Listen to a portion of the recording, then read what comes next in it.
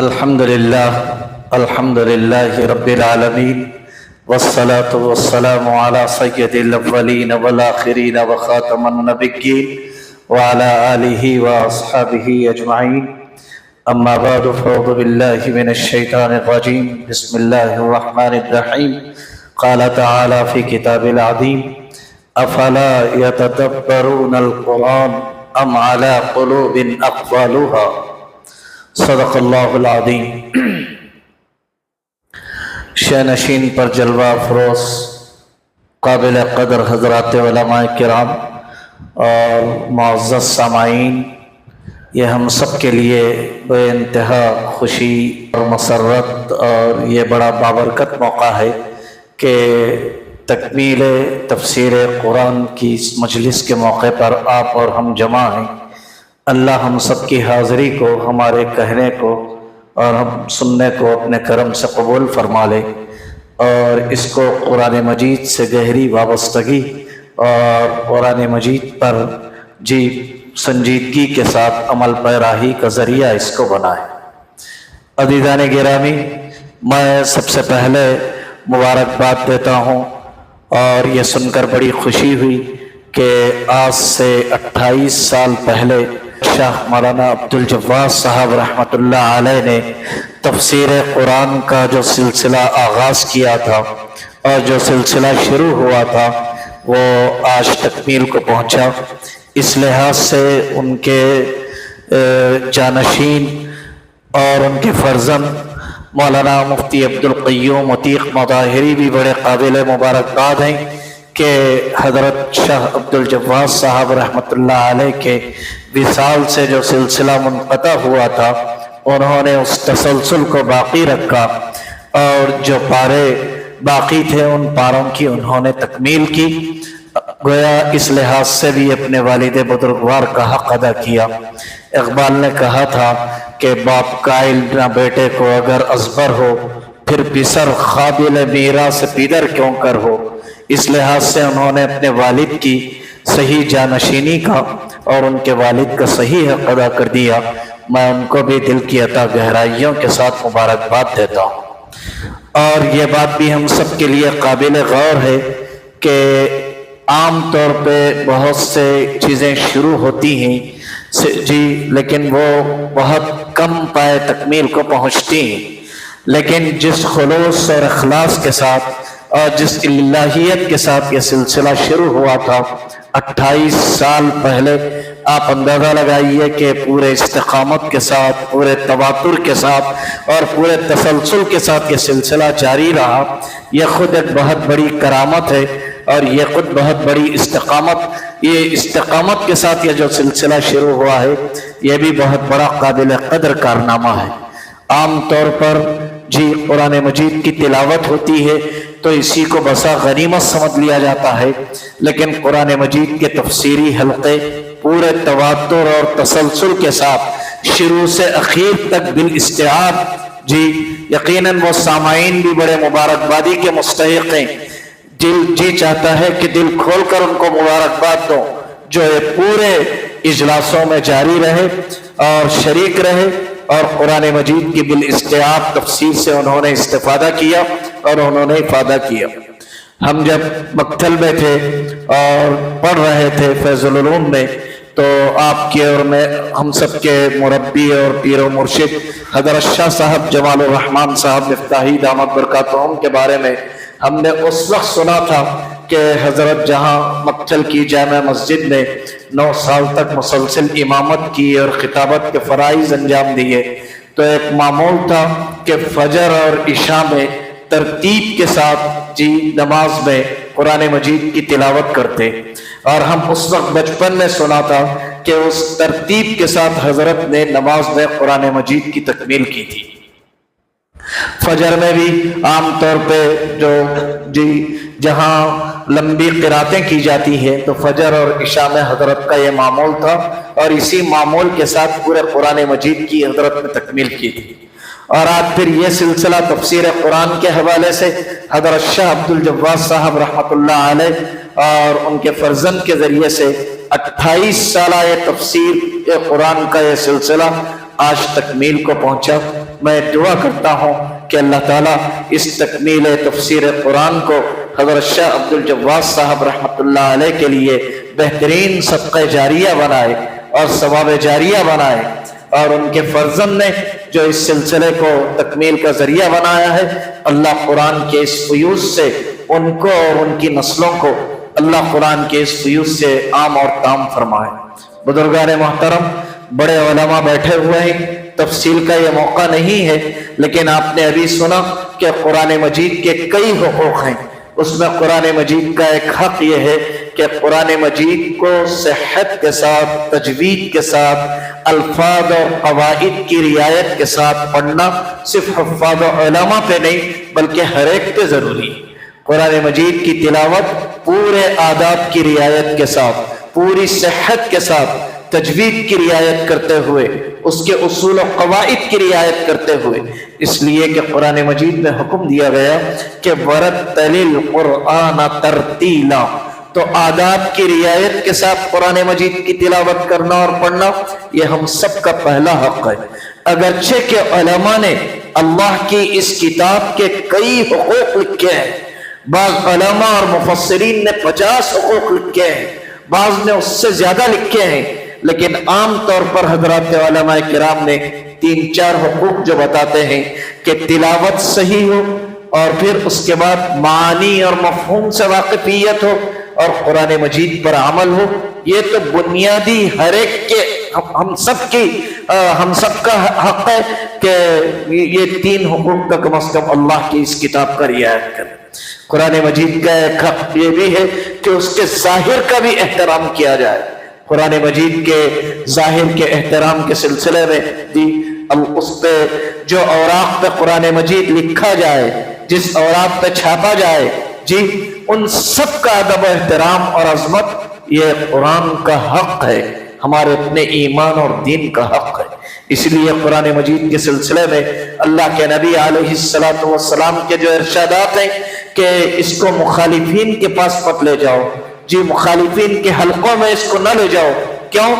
اس لیے کہ ایسا نہ ہو کہ اللہ کی اس کتاب کی بے ادبی کی جائے اور اس بے ادبی کا ذریعہ تم بن جاؤ۔ اسی لیے فرمایا کہ اس کے ظاہر کا بھی احترام کرو،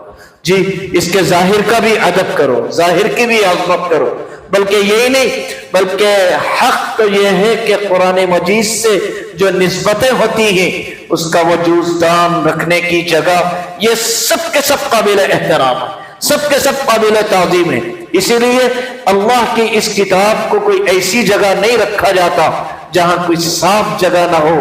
دھول ہو، پاک و صاف نہ ہو۔ اللہ کی اس کتاب کو ایسی جگہ نہیں رکھا جاتا۔ الحمدللہ ہمارے سماج اور معاشرے میں ایک اچھا شعور ہے کہ اللہ کی اس کتاب کو صاف ستھرے کپڑے میں، جوزدان میں، اونچی جگہ پر بہت پاکیزگی کے ساتھ، بہت صفائی کے ساتھ، عظمت اور احترام کے ساتھ اس کو رکھا جاتا ہے۔ اللہ کی کتاب کے ایک ظاہر کا یہ بھی حق ہے۔ بزرگان محترم، جیسے ہم قرآن مجید کے اس ظاہر کے حق کے سلسلے میں حد درجہ باشعور ہیں اور پوری کوشش کرتے ہیں کہ قرآن مجید کی کسی بھی طرح کی بے ادبی نہ ہو، اسی طرح حق یہ ہے کہ قرآن مجید کی تلاوت کے سلسلے میں بھی اس بات کی کوشش اور فکر ہو کہ قرآن مجید کی صحیح تلاوت کرنے والے بن جائیں، قرآن مجید کے صحیح انداز میں تلاوت کر سکیں، اس کے قواعد اور اس کی تجوید کی رعایت کے ساتھ۔ جیسے عام طور پر انگریزی میں بول چال کے الفاظ میں کوئی غلط استعمال کر لیے تو لوگ تعجب کے ساتھ دیکھتے ہیں، اسی طرح قرآن مجید کی تلاوت کو بھی دوسرے انداز سے، غلط انداز میں، قواعد اور کی رعایت کے بغیر اگر پڑھا جائے تو یہ بھی قرآن مجید کے حق کے خلاف ہے۔ اسی لیے اللہ کی اس کتاب کا یہ حق بھی ادا کرنا چاہیے۔ اللہ جزائے خیر دے، اس گئے گزرے زمانے میں مکاتب کا قیام، مدارس کا قیام اور ان حضرات علماء کرام کے ذریعے سے اس تلاوت کے یہ حلقے، تفسیر کے یہ حلقے امت کے لیے، ملت اسلامیہ کے لیے اتنی بڑی عظیم نعمت ہے، اس سے ہم سب کو بھرپور استفادہ کرنا چاہیے اور اس کی افادیت کو سمجھتے ہوئے اس سے خوب فائدہ اٹھانا چاہیے۔ کیوں؟ اس لیے کہ اللہ کا یہ کلام جو قرآن مجید کی شکل میں آپ کو اور مجھ کو اور قیامت تک کے آنے والی انسانیت کو دیا گیا ہے، اس کتاب کے حق کے سلسلے میں بھی کل اللہ ہم سے پوچھیں گے کہ یہ پوری انسانیت کے لیے ایک لائحہ عمل کے طور پر ایک پیغام اور ایک پیام دیا گیا تھا، تم نے اللہ کے اس پیغام کو نہ سمجھنے کی، نہ پڑھنے کی، نہ اس کو دیکھنے کی، نہ اس پر غور و فکر کرنے کی کوئی کوشش نہیں کی۔ قرآن مجید میں فرمایا گیا کہ کیا تم قرآن مجید پہ غور و فکر نہیں کرتے؟ کیا تمہارے قلوب میں تالے لگے ہوئے ہیں؟ افلا یتدبرون القرآن ام علی قلوب اقفالها۔ اس لیے بزرگان محترم، عام طور پر ہمارا جو روایتی اور رسمی مزاج ہے، اس مزاج کے لحاظ سے اگر کسی مسجد میں یہ اعلان ہو جائے کہ ابھی فلاں نماز کے بعد درس قرآن ہوگا، تفسیر قرآن کی مجلس ہوگی، تلاوت قرآن اور صحت قرآن کی مجلس ہوگی، تو عام طور پہ ہم یہ سمجھتے ہیں کہ چھوٹے بچے اور نوجوان اور مکتب کے بچوں کے لیے یہ مجالس ہے، ہم کو اس سے کوئی لینا دینا نہیں۔ اس بے اعتنائی اور اس سے بے رغبتی کا ایک ماحول اس وقت بنا ہوا ہے، جبکہ سیکھنے سکھانے کے سلسلے میں عام طور پر حضرات علماء سے ہم نے سنا ہے کہ اس کی کوئی عمر نہیں ہوتی، بلکہ علم دین کو سیکھنا اور قرآن مجید کو سیکھنا یہ فرض ہے۔ اسی لیے اس طرح کے جہاں بھی مجالس تفاسیر قرآن ہو، جہاں تفسیر قرآن کا سلسلہ جاری ہو، اس کو غنیمت سمجھتے ہوئے اس سے بھرپور فائدہ اٹھانا چاہیے۔ بہت مبارکباد ہیں جنہوں نے یہ پورے 28 سال کے دوران تواتر کے ساتھ، پورے اہتمام اور پابندی کے ساتھ قرآن کی ان مجالس میں شریک رہے اور قرآن کے ان معانی کو، ان مفہوم کو کچھ سمجھنے اور کرنے کی کوششیں کی۔ یہی وجہ ہے کہ امت کو قرآن کے اس پیغام کو امت تک پہنچانے کے لیے رمضان المبارک میں بھی حضرات علماء کرام اور حفاظ اعظام جہاں تراویح میں قرآن مجید سناتے ہیں، بہت سے مقامات پر آپ نے دیکھا ہوگا کہ ترویحہ کا جو وقفہ ہوتا ہے 4 رکعت کے بعد یا کسی جگہ پوری تراویح کی تکمیل کے بعد قرآن مجید کی تفسیر کا اور پڑھی ہوئی آیتوں کا خلاصہ بھی بیان کیا جاتا ہے۔ اس کا مقصد یہی ہے کہ جہاں بالاستیعاب قرآن مجید کے الفاظ کو سنتے ہیں، ہمارے یہ پیچھے رہنے والے مصلی اور یہ اللہ کے یہ بندے اور ملت اسلامیہ کے یہ فرزندان صرف قرآن مجید کی تلاوت کو نہیں بلکہ اس کے معنی اور مفہوم کو بھی اللہ نے اس میں ہمارے لیے کیا مخاطب کیا ہے، اس سبق کو بھی اللہ نے ہم کیا سبق دیا ہے، اس کو ہم اپنے ذہنوں میں، اپنے قلوب میں بیٹھائیں۔ اسی لیے اس سلسلے کو شروع کیا جاتا ہے۔ اسی لیے بزرگان محترم، میں واقع جس وقت مجھے مفتی عبدالقیوم عتیق صاحب نے کہا کہ 28 سالہ تفسیر قرآن کا ایک تکمیل کا موقع ہے تو بڑی قدر ہوئی۔ یقین مانیے کہ دل سے دعائیں نکلی کہ شہر محبوب نگر کے ہمارے یہ مسلمان اور شہر محبوب نگر کے فرزندان توحید اتنے خوش نصیب ہیں کہ اس بستی اور اس علاقے میں بھی تفسیر قرآن مجید کی تکمیل کا ایک موقع ہوا اور پوری 28 سال میں اس سفر کو مکمل کر لیا گیا۔ اللہ اس پورے اہتمام کو اور اس سننے کو اور اس درس قرآن کو اللہ قبول فرمائے، اور جنہوں نے شروع کیا تھا اللہ ان کے لیے بہترین ثواب جاریہ اور صدقہ جاریہ بنائے۔ بزرگان محترم، ظاہر قرآن کے سلسلے میں عظمت کا ایک واقعہ میں آپ کو سناؤں۔ تاریخ کی کتابوں میں لکھا ہے کہ بشر بن حارث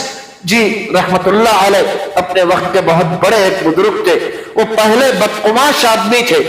ان کو اللہ نے ان کی زندگی میں تبدیلی قرآن مجید کی عظمت اور ادب کے ایک واقعے کو ذریعہ بنا کر ان کی زندگی میں ایک بڑی تبدیلی لائی۔ لکھا ہے کہ وہ ایک جگہ راستے سے گزر رہے تھے تو دیکھا کہ ایک کاغذ کے ٹکڑے پر بسم اللہ الرحمن الرحیم لکھا ہوا تھا اور وہ نیچے پڑا ہوا تھا، تو انہوں نے فوراً اس کاغذ کو اٹھایا اور دیکھا کہ اس پہ بسم اللہ الرحمن الرحیم ہے تو کانپ گئے۔ فوراً اس کاغذ کو اٹھایا، آنکھوں سے لگایا اور پھر اس کو چوما اور سینے سے لگایا اور یوں کہا کہ اللہ آپ کا نام اور جی یہاں نیچے میں آپ کے اسلام کی بے ادبی کو برداشت نہیں کر سکتا۔ پھر وہ گئے کسی عطر کی دکان پر، اپنے دونوں جیبوں میں جتنی رقم تھی وہ سب کی سخن ڈال دی اور عطر خریدا، اس کاغذ کے ٹکڑے کو عطر سے معطر کر دیا اور گھر گئے، اور گھر جا کے اس کو بڑی عظمت اور بڑے احترام اور ادب کے ساتھ کسی اونچی جگہ پر رکھا اور یوں کہا کہ اللہ آپ کا پاک نام، اتنا بلند نام، اتنا عظمت والا نام، یہ تو اتنی اونچی جگہ رہنے کے قابل ہے۔ اور پھر اس کے بعد جب وہ رکھا تو خود کہتے ہیں کہ میرے دل کی دنیا بدل گئی تھی اور میرے دل میں اس قسم کا ایک جذبہ تھا کہ چلو کسی اللہ والے کی مجلس میں پہنچے۔ اس وقت جب کسی اللہ والے کی مجلس میں پہنچے تو وہاں بھی ایک بہت بڑے بزرگ تھے، جب دیکھا کہ بشر بن حارث آ رہے ہیں تو آگے آ کے استقبال کیا اٹھ کے، اور یوں کہا کہ حارث بتاؤ تم نے کون سا ایسا عمل کیا ہے کہ کل میں نے خواب دیکھا ہے، خواب میں کسی کہنے والے نے یہ کہا کہ بشر سے کہہ دو کہ اس نے ہمارے نام کی عزت کی ہے، ہم نے اس کو کبھی ذلیل ہونے نہیں دیں گے، نہ دنیا میں ذلیل ہونے دیں گے نہ آخرت میں ذلیل ہونے دیں گے۔ اس بزرگ نے ان کا استقبال کیا، صرف ایک نام، ایک ظاہری ادب و احترام کے سلسلے میں۔ اسی لیے عزیزان گرامی، قرآن مجید کے جہاں تلاوت کے حلقے ہوں، جہاں قرآن مجید کے تفسیر کے حلقے ہوں، جہاں قرآن مجید کے معانی کے حلقے ہوں، جہاں قرآن مجید پڑھا جاتا ہو، پڑھایا جاتا ہو، بہت قابل قدر اور بہت عظمت کی نگاہ سے ان کو دیکھنا چاہیے اور ان حلقوں سے جتنا ہم کو فائدہ اٹھانا چاہیے، استفادہ کرنا چاہیے۔ علامہ اقبال کے بارے میں آپ نے وہ سنا ہوگا کہ خود کہتے ہیں کہ ایک دفعہ میں قرآن مجید پڑھ رہا تھا تو میرے والد ایک مرتبہ آئے، قریب آئے اور مجھے گھور کے دیکھا اور چلے گئے۔ تو میں جب قرآن مجید کی تلاوت کے بعد ان کی خدمت میں حاضر ہوا اور عرض کیا کہ ابا جان میں جب تلاوت کر رہا تھا تو آپ میرے پاس آئے اور مجھے گھور کر دیکھے جی، اور پھر آپ چلے گئے، کیا کہنا چاہتے ہیں جی، آپ کیا کہنا چاہتے تھے؟ تو انہوں نے کہا کہ بیٹا تم قرآن مجید پڑھ رہے تھے، تلاوت کر رہے تھے، تو میں اس خیال سے اور ارادے سے آیا تھا کہ اس کو اس عظمت اور احترام کے ساتھ جی اس کی تلاوت کرو اور ایسی تلاوت کرو کہ وہ تمہارے دل میں اتر رہا ہے اور تمہارے دل میں اس کا نزول ہو رہا ہے۔ اقبال کہتے ہیں کہ والد کی اس نصیحت پر اسی وقت میرے دل سے یہ نکلا کہ تیرے ضمیر پہ جب تک نہ ہو نزول کتاب، نہ گرا ہے ناراضی نہ صاحب کشاف۔ علامہ اقبال کا یہ شعر اسی وقت ہوا ہے۔ تو عزیزان گرامی، بہرحال میں بہت ہی مبارکباد دیتا ہوں۔ یہ جو تفسیر قرآن کا 28 سالہ یہ سفر کوئی معمولی سفر نہیں ہوتا، بہت سی بشری تقاضے آتے ہیں، بہت سی مجبوریات آتے ہیں، لیکن ان تمام کے باوجود اس تسلسل کو باقی رکھنا اور اس سلسلے کو جاری رکھنا جی، وہ سامعین اور وہ مجلس کے شریک بھی خوش نصیب ہیں اور اس درس کے تسلسل کو چلانے والے بھی یقیناً خوش نصیب ہیں۔ 28 سال پورے استقامت اور پورے اہتمام کے ساتھ اس سفر کو جاری کیا ہے، اور واقعہ بھی یہ ہے جو کام اخلاص و للہیت کے ساتھ شروع ہوتا ہے اللہ تعالیٰ اس کو تکمیل تک پہنچاتے ہیں، اس کو بافیض بناتے ہیں اور اس سے ضرور استفادہ ہوتا ہے۔ یہ ایک بڑی سعادت مندی کی بات ہے، خوش نصیبی کی بات ہے کہ 28 سال تک حضرت سے، حضرت شاہ عبد الجبار صاحب رحمۃ اللہ علیہ سے بہت سے لوگوں نے استفادہ بھی کیا ہے جی، اور بھی جب یہ سلسلہ شروع ہوا تو ماشاءاللہ آپ حضرات استفادہ کر رہے ہیں، اور بھی ابھی اعلان ہوا کہ یہ سلسلہ ابھی ختم نہیں ہوگا بلکہ انشاءاللہ پھر یہ دوبارہ اس سلسلے کا آغاز ہوگا۔ جیسے ہے کوئی کتاب ہم بار بار پڑھتے ہیں تو یہ قرآن مجید بھی ایک بار پڑھ کر ختم